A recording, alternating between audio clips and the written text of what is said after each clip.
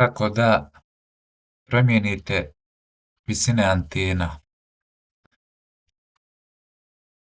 Znači idete ovdje, Survey, idete Occupation i ovdje možete vidjeti sve visine antena.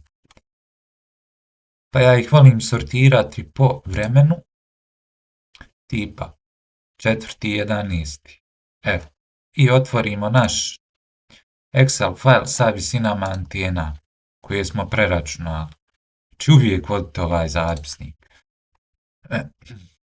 1e tačka, evo, 40. Nađemo 1e i ovdje izmijenite visinu antene.